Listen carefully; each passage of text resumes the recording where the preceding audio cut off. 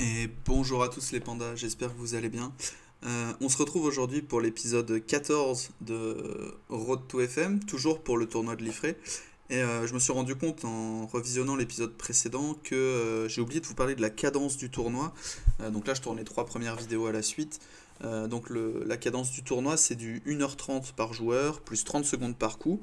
Et on a 30 minutes de rajout au 40e coup. C'est pour ça que je parlais de Zeitnot et de fin de Zeitnot dans les vidéos précédentes. C'est lié à la cadence du tournoi qui nous redonne 30 minutes une fois le 40e coup passé. Donc, suite à mes deux victoires plus que douteuses en ronde 1 et 2, je me retrouve dans les premières tables. Je joue à la table 3. Et j'affronte pour cette partie le maître international David Silva, qui joue sous drapeau de l'Angola. Et qui est classé 2347. Alors pour moi c'est une surprise. Alors c'est lié au système de points fictifs qui fait que comme j'ai fait de très bonnes perfs dans les premières rondes, je me retrouve dans ce qu'on appelle le premier groupe et je me retrouve à jouer des joueurs classés plus de 2200 pour cette phase du tournoi. Donc je me retrouve face à David Silva. J'ai aucune idée de ce qu'il joue, on a l'appariement juste avant. Et je me dis, bah de toute façon, on va jouer au jeu. Et puis, si je perds, c'est pas une contre-performance.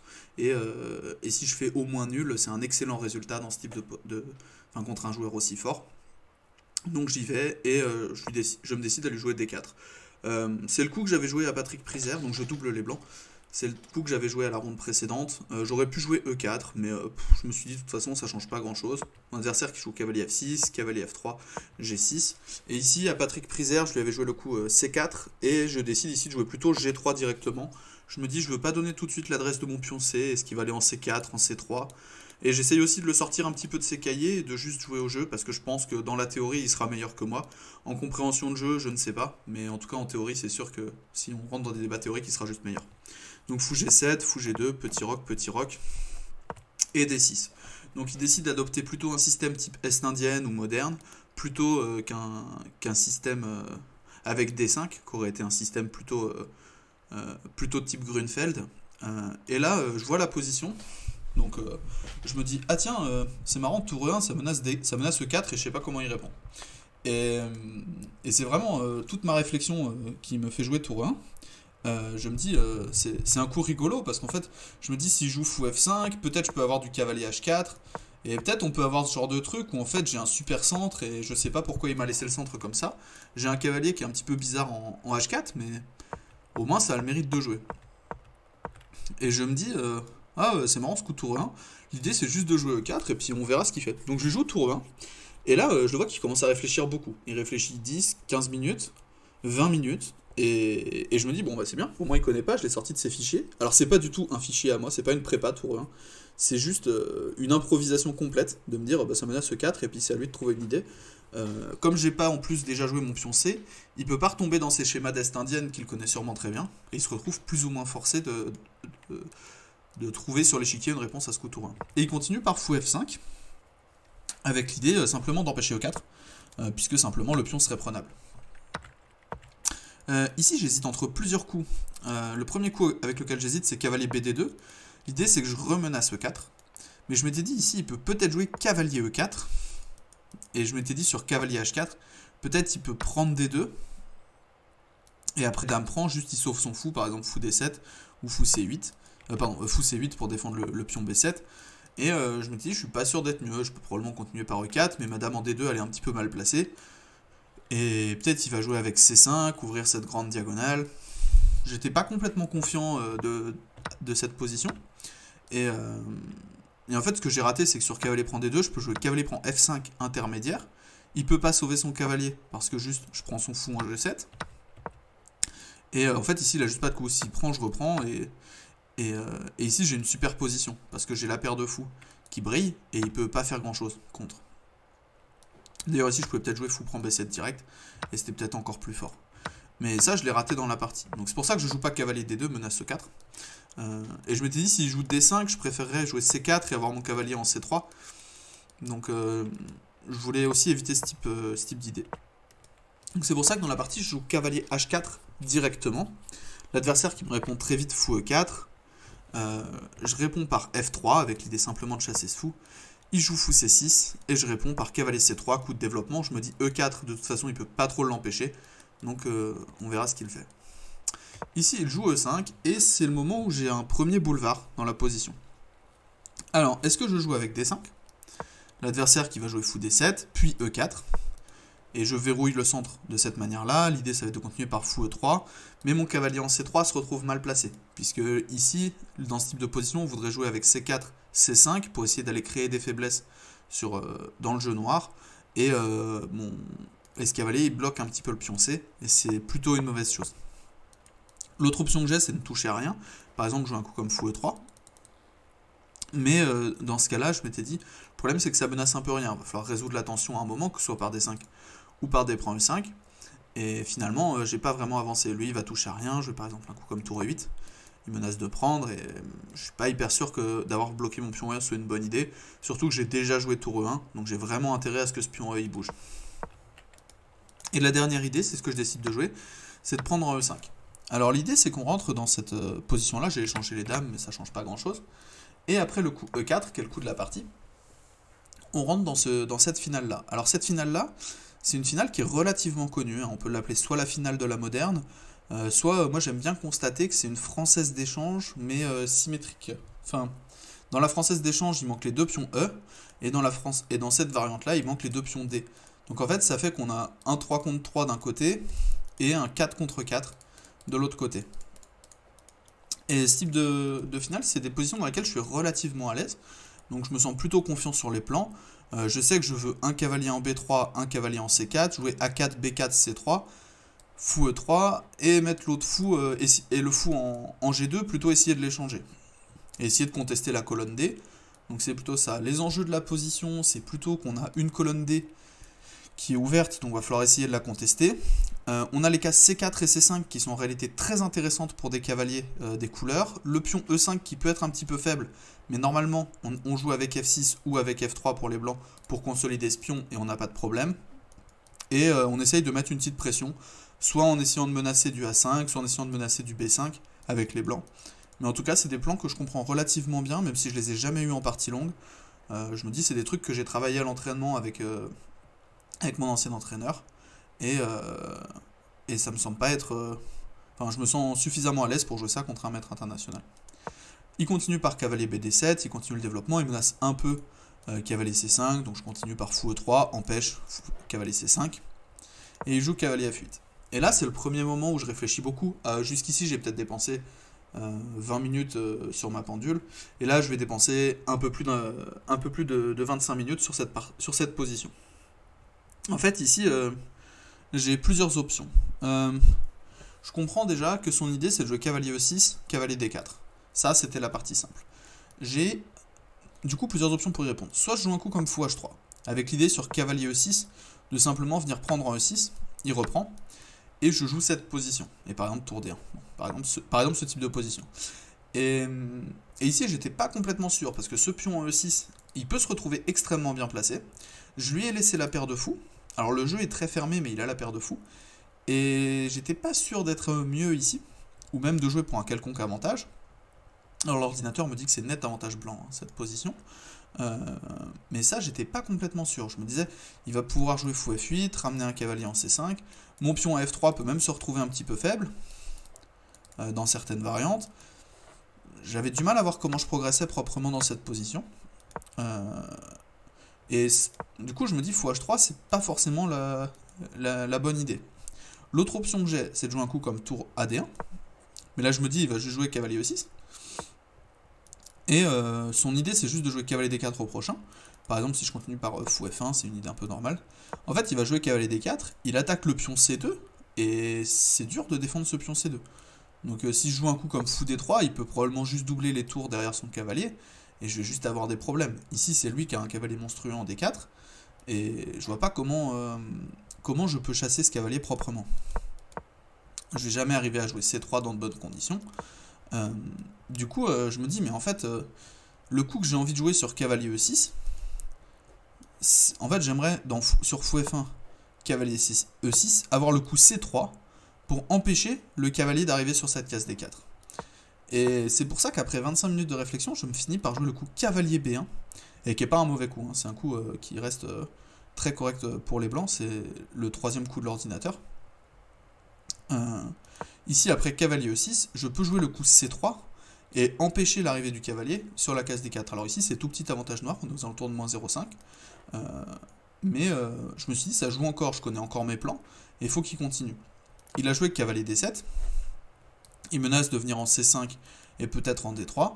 Je continue mon développement par cavalier D2, et il joue cavalier C5.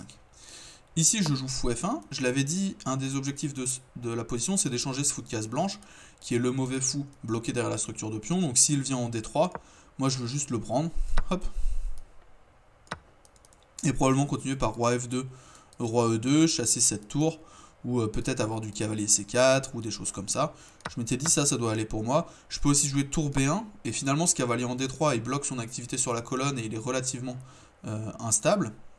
Alors, pardon, tour B1, l'autre tour en B1. J'avais pas vu qu'elle était en prise. Je me dis pourquoi l'ordinateur s'affole. Et juste essayer d'envoyer B5 à 5 et mes tours sont pas forcément mal placés. Enfin B4 à 4 et mes tours sont pas forcément mal placés sur les colonnes A et B dans cette position. Et finalement, les cases d'entrée pour ces pièces, elles sont toutes contrôlées. Donc je m'étais dit ça doit aller pour moi et l'ordinateur confirme que c'est pas la catastrophe. Donc c'est pour ça que je joue fou F1. Mon adversaire qui me joue juste fou F8. Et ici je me rends compte que je peux jouer cavalier C4, que j'attaque le pion A5, et qu'ensuite je peux continuer par cavalier A5, aller chercher le fou de case blanche, et être obligé de le chasser, et avoir forcé un petit peu toutes ces pièces à reculer. Donc je joue cavalier C4, j'attaque le pion E5, il joue F6, il défend, normal, et je joue cavalier A5. Alors ici il peut pas vraiment me laisser le fou de case blanche, ce serait trop grave pour lui, et du coup il décide de me jouer fou E8. Et ici j'ai plusieurs options. La première c'est de jouer cavalier G2, de commencer à rapatrier mon cavalier vers l'action. Une autre c'est de jouer un coup comme tour D1, par exemple tour ED1. Mais sur tour ED1 je m'étais dit il a plus ou moins tout le temps l'idée de cavalier A4, et juste il attaque B2, il attaque C3, et c'est toujours un peu embêtant, parce que si je joue tour prend et tour B1,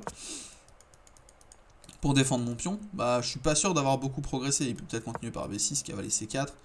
Et bon, je suis pas complètement sûr de ce type de position. Il a la colonne ouverte. Ses fous sont plutôt forts. Il va pouvoir rejouer fou C6 ou fou B5. Il a pas de case d'infiltration, mais je sais pas. J'ai l'impression que ces cavaliers débarquent sur mon aile dame et que c'est dangereux. Et que surtout, j'ai ce cavalier H4 qui est complètement hors jeu dans la position et que je joue quasiment avec une pièce de moins. C'est ce type de ligne qui me donne envie de jouer cavalier G2. L'autre option que j'ai, c'est de jouer B4 pour chasser son cavalier et de continuer dans mon plan. Et l'idée sur B4, cavalier A4, ce serait de jouer un coup comme tour C1, par exemple, défendre simplement mon pion, et ensuite rapatrier mon cavalier. Plus tard, peut-être recontester la colonne, peut-être gagner la case C4 pour le fou, ce genre de choses. Et pouvoir venir mettre mon fou derrière mon pion B, ce qui serait probablement intéressant. Donc au final, c'est ce que je décide de jouer. Je décide de jouer ce coup B4 en me disant je me débarrasse d'une de mes deux faiblesses, je prends de l'espace à l'aile dame et c'est lui qui doit continuer. Donc ici, il joue B6. Je comprends que je peux pas vraiment prendre son cavalier parce qu'il va juste prendre le mien et le pion C5 va juste tomber au prochain coup. J'ai aucun moyen de défendre mon pion C5. Donc j'ai pas envie de jouer avec un pion de moins contre un maître international.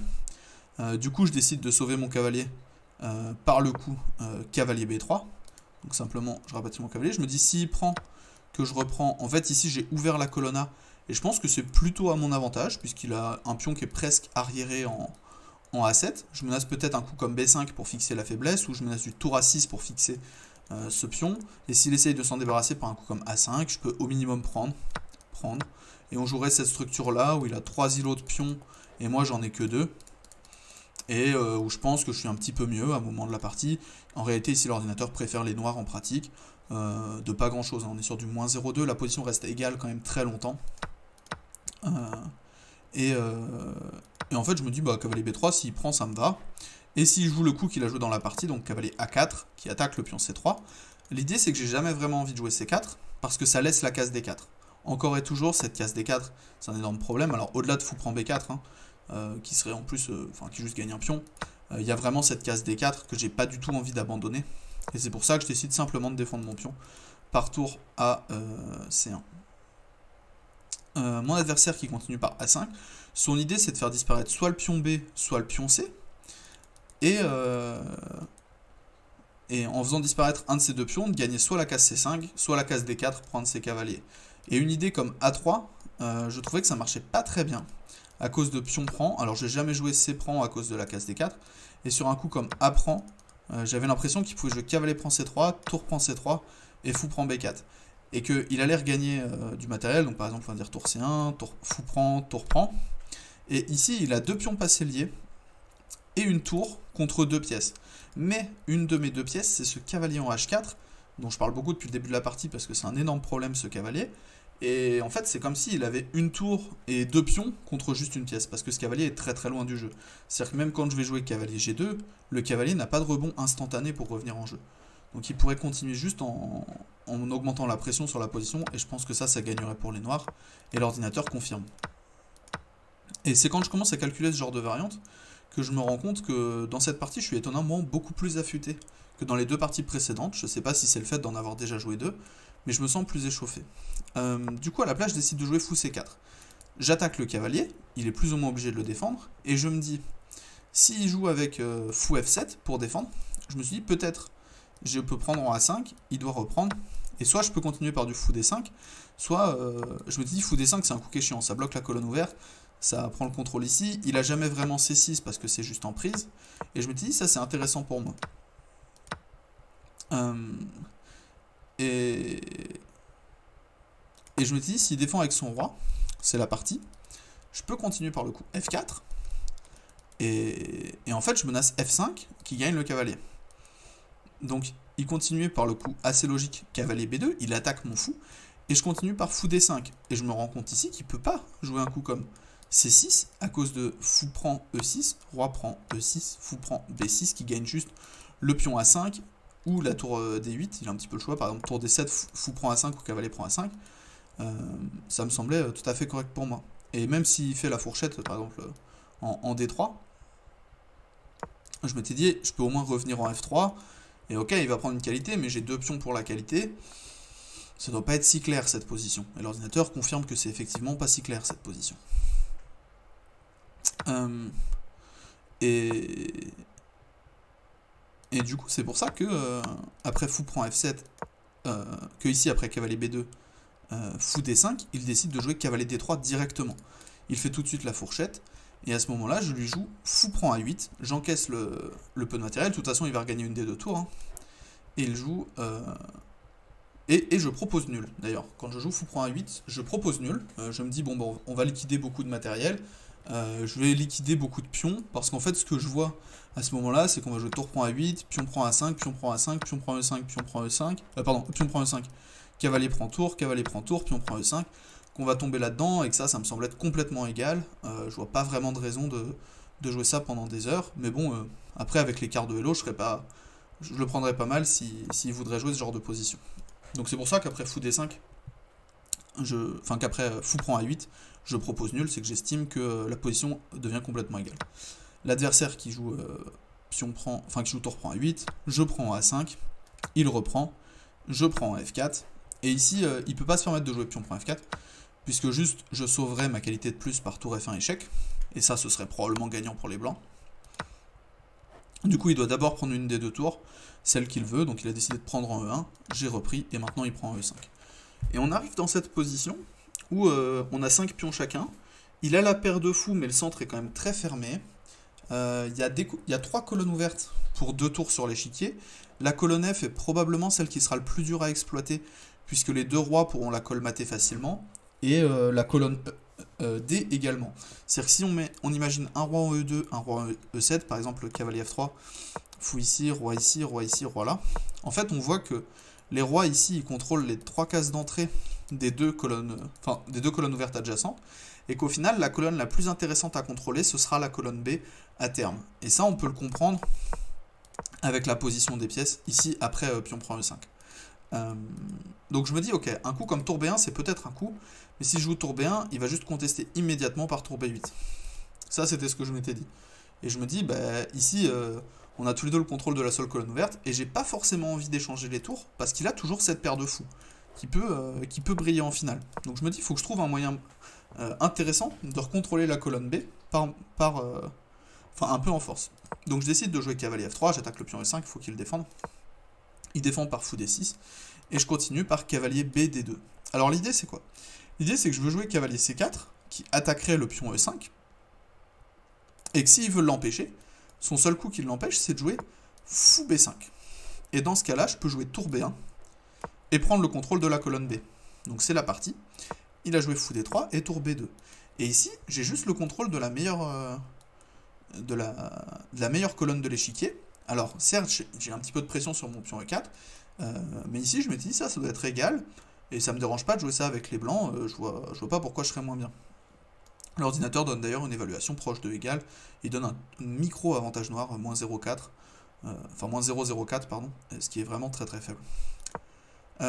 Il continue par le coup A4. Et ici, je me dis, mais ce fou, si je commence à essayer de l'enfermer dans mon camp, il peut commencer à manquer de cases. Donc je continue par un coup comme C4. J'ai le fou de case noire, je consolide toutes mes cases blanches. Et je me dis, je menace également un coup comme tour B5, qui viendrait... peut-être gagner le pion E5, et c'est peut-être difficile pour lui de le défendre. Alors, j'ai pris beaucoup de temps avant de jouer ce coup C4, parce que ça a un gros défaut, c'est que ça abandonne la case D4. C'est-à-dire que peut-être un jour, je me prends un cavalier en D4, que je peux pas déloger, et ce serait peut-être un problème. Mais je m'étais dit, tactiquement, là tout de suite, je vois pas comment il s'installe en D4, en me créant des problèmes. Pour le moment, ça perd juste un pion pour lui, et je vois pas comment il le fait dans de bonnes conditions. Donc, sous la menace de tour A5, mon adversaire qui joue de tour B5, mon adversaire qui répond par tour A5, avec l'idée de pouvoir prendre s'il joue, si je joue tour B5. Ici, je fais le bilan sur mes pièces. Je me rends compte. Ma tour en B2, elle est sur la meilleure colonne possible de l'échiquier. J'ai aucune raison de pouvoir la bouger. Elle a peut-être une petite amélioration à aller en B7, mais c'est mineur. Je pense que cette tour, elle est plutôt bien placée. Le fou en E3, il rayonne des deux côtés de l'échiquier, c'est probablement la meilleure case, enfin l'une de mes meilleures pièces, donc c'est la meilleure case de ce fou, il n'y a pas vraiment de raison de l'améliorer. Ce cavalier en D2, alors étonnamment on pourrait croire que c'est une pièce qui est mal placée, mais en fait il est très bien placé, il défend ma faiblesse en C4, ma faiblesse en E4, et en même temps il empêche les idées à base de fou B1, puisque ce serait en prise, et je me dis ce cavalier il n'est pas si mal placé. Et il me reste ce cavalier en F3 et mon roi à analyser. Alors, ce qui est sûr, c'est que mon roi F2, c'est sûr que c'est un coup qui améliore la position. Il n'y a aucun débat là-dessus. Mais je me rends compte également que ce cavalier en F3, alors certes, il est bien placé, il attaque le pion E5, mais si en plus, il pouvait menacer des C5 en étant en D3, il serait encore mieux placé. Et c'est pour ça que j'entreprends cette toute petite manœuvre, cavalier E1, donc le fou n'a qu'une seule case, qui est fou E2, roi F2, et fou G4 et cavalier D3. Et dans ces trois derniers coups, on voit que j'ai replacé mon cavalier et j'ai amélioré mon roi. Alors certes, ça devient à lui de jouer. Et en fait, ici, la position, elle est encore complètement égale. C'est micro avantage blanc, on est sur du plus 0,2, c'est rien du tout. Mais c'est au noir de jouer. Et en fait, ça devient très dur. J'ai la meilleure colonne de l'échiquier, j'ai un fou en E3 qui est extrêmement fort, j'ai mon cavalier en D2 qui est étonnamment bien placé. Je menace peut-être des idées à base de C5, alors pour le moment c'est très contrôlé, hein. Mais peut-être je menace du tour B5, et de rentrer dans des finales où son fou de case noire serait mauvais. Je ne sais pas, ça peut être une idée. Et ici je m'attendais à un coup comme roi F6 ou roi E7, et mon adversaire qui me joue le coup cavalier D4. Et cavalier D4, j'étais extrêmement surpris, puisque je vous laisse mettre sur pause sur cette vidéo, pour trouver le coup qui gagne pour les blancs dans cette position. Pendant que je vous laisse quelques secondes pour réfléchir.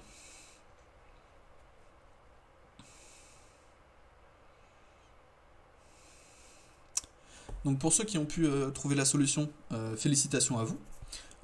Pour les autres, ceux qui veulent juste venir voir la partie, ici en fait il y a un problème de surcharge dans la position noire, et en fait le coup C5 est en réalité extrêmement fort. L'idée du coup C5, c'est que simplement j'attaque le fou D6. S'il prend du fou, j'ai cavalier prend E5, fourchette. Donc ça va, c'était pas très compliqué à voir. Et au début, je m'étais dit, mais ok, sur C5, il peut peut-être jouer de tour prend. Et après cavalier prend C5, fou prend C5, je m'étais dit, ça c'est peut-être pas si clair. Il y a quand même un pion pour la qualité, il y a la paire de fou, et je me suis dit, c'est juste pas si clair. Mais je me suis dit, mais j'ai quand même gagné une qualité. Enfin, ça reste au maître international de me prouver que lui, il a l'avantage dans cette position et que moi, je peux jamais être mieux. Moi, je m'étais dit, je pense que je suis au minimum... Enfin, c'est égal ou je suis mieux. Il n'y avait pas d'intermédiaire. Ici, l'ordinateur dit complètement gagnant, ce qui m'étonne pas du tout.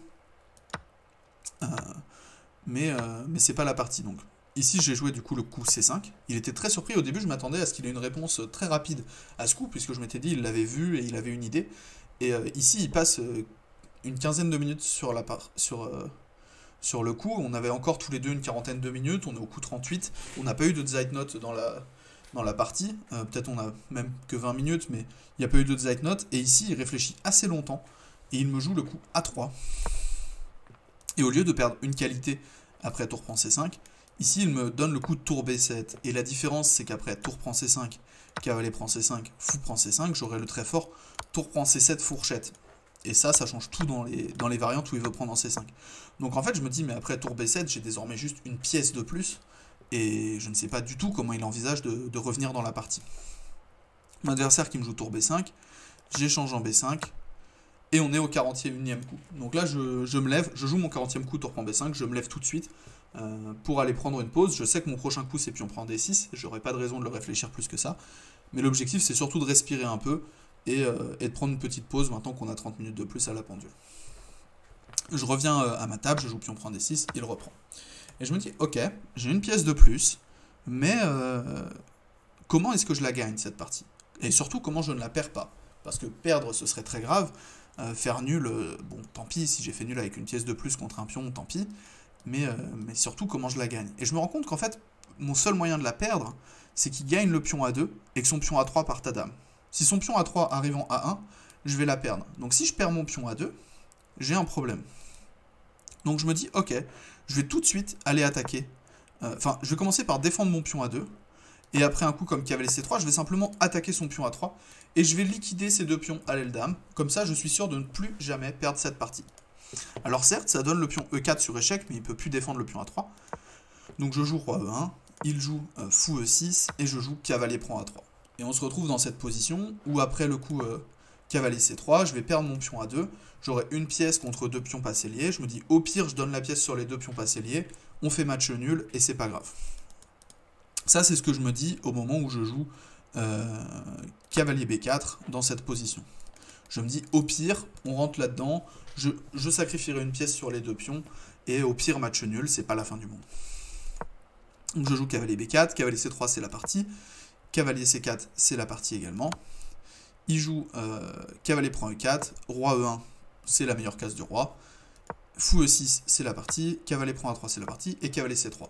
Et ici, en fait, ce dont je m'étais pas rendu compte, c'est que je peux jouer un coup qui est très fort, qui est le coup fou D2. Alors pourquoi c'est très fort? Parce que si désormais il décide de prendre le pion A2, et que je continue par exemple par cavalier D3, alors cavalier D3 c'est peut-être pas le meilleur coup, mais admettons, l'idée c'est que ici, son cavalier n'a plus aucune case sur l'échiquier, et du coup il va encore jouer avec une deuxième pièce de moins. Et ça commence à être beaucoup, 2 pièces de moins. Alors je m'étais dit ici peut-être les pions ils partent un peu vite, et c'est pour ça que je me suis dit, bah, du coup je vais lui tendre un dilemme. Je vais jouer cavalier B5, et soit il décide de prendre mon cavalier, auquel cas je peux prendre D6 sur échec, et s'il décide d'attaquer mon cavalier je reprends et je défends. Soit il décide de ne pas sauver son cavalier, en jouant un coup comme roi E7, et maintenant je peux sauver mon autre cavalier, par exemple par cavalier D3, et j'ai gagné ce coup cavalier B5 qui peut être utile. Je peux également juste échanger, par exemple roi prend, fou prend, et fou B4, et aller gagner le pion D6. Et je me retrouverai dans ce type de finale, où j'ai cette fois-ci une pièce non pas pour 2 pions passés liés, mais juste pour un pion passé, ce qui est nettement moins fort et absolument pas suffisant pour une pièce. Et du coup je trouve ce coup cavalier B5, je le joue, il joue cavalier prend B4, cavalier prend D6 échec, il continue par roi F6, et fou prend B4. Et on se retrouve dans cette finale où j'ai 2 pièces contre un pion passé et un pion. Enfin, et une pièce, donc contre pièce-pion. Et je me dis, bon, bah ça doit être complètement gagnant, c'est juste une affaire de technique. Et là, je me rappelle mes principes de finale. La première chose à faire, c'est d'activer son roi. Donc il joue G5, il essaye d'aller verrouiller le jeu à l'aile roi. Et il essaye de me faire mettre un pion sur case blanche également pour pouvoir peut-être sacrifier son fou dessus. Et c'est hors de question que je laisse faire ça, donc je veux tout garder sur case noire. Je joue roi F2, G4, roi E3, j'active complètement mon roi. Il joue fou D5, je joue fou C3, je mets une petite pression, cavalier, enfin roi D5, cavalier E4. Je passe assez vite la suite, il ne s'est pas passé grand chose en réalité. Je vais juste aller au tableau final, je force le pion à s'avancer, je continue à mettre la pression sur sa position. Hop, je m'installe en H4 et ensuite je décide de gagner des cases pour mon roi. Et après le coup roi E5, mon adversaire a abandonné. En fait ici il a plus vraiment de bonnes décisions. Je menace simplement fou C1 qui serait échec et mat, par exemple sur un coup comme fou C6 en se disant je touche à rien. Il y a juste fou C1, E3, fou prend E3, échec et mat. Et en fait s'il décide de m'abandonner des cases, bah, je vais venir contrôler la case E3 avec mon fou. Et ensuite je vais progresser avec mon roi et essayer d'aller grappiller tous ces pions, peut-être laisser mon roi dans ce coin-là, ramener le cavalier en F2 ou en G5 pour attaquer le pion et gagner ce pion. A priori, il n'y a plus grand-chose à faire. Donc après le coup roi E5 dans la partie, les noirs, donc David Silva, le maître international David Silva, qui décide de faire tomber son roi en signe d'abandon, me tend la main et arrête la pendule. Et je remporte cette troisième partie, dans une partie qui est pour le moment la plus propre du tournoi, où j'ai pas fait de grosses gaffes, où j'étais complètement perdant. Contre un maître international, je signe ma meilleure performance de tous les temps. Jusqu'ici, ma meilleure victoire, c'était quelqu'un classé 2116, et ma meilleure nulle à 22,47, et je fais une victoire contre quelqu'un classé de plus de 2300. Donc c'est exceptionnel, je réalise toujours pas, aujourd'hui on est une semaine après, je réalise toujours pas de l'exploit que j'ai fait ce jour-là. Mais je me dis aussi, dans le cadre d'un Road to FM, il faudrait presque que ce soit normal de battre quelqu'un à 2300. Donc je me dis aussi, bah, ce type d'exploit ne devrait pas en être un, et ça doit juste être la normalité que d'aller battre des joueurs aussi forts. Donc sur ce, j'espère que cette vidéo vous aura plu. On se retrouve très prochainement pour l'épisode 15 de Road to FM. En attendant, je vous souhaite une bonne fin de journée et vous pouvez reprendre une activité normale.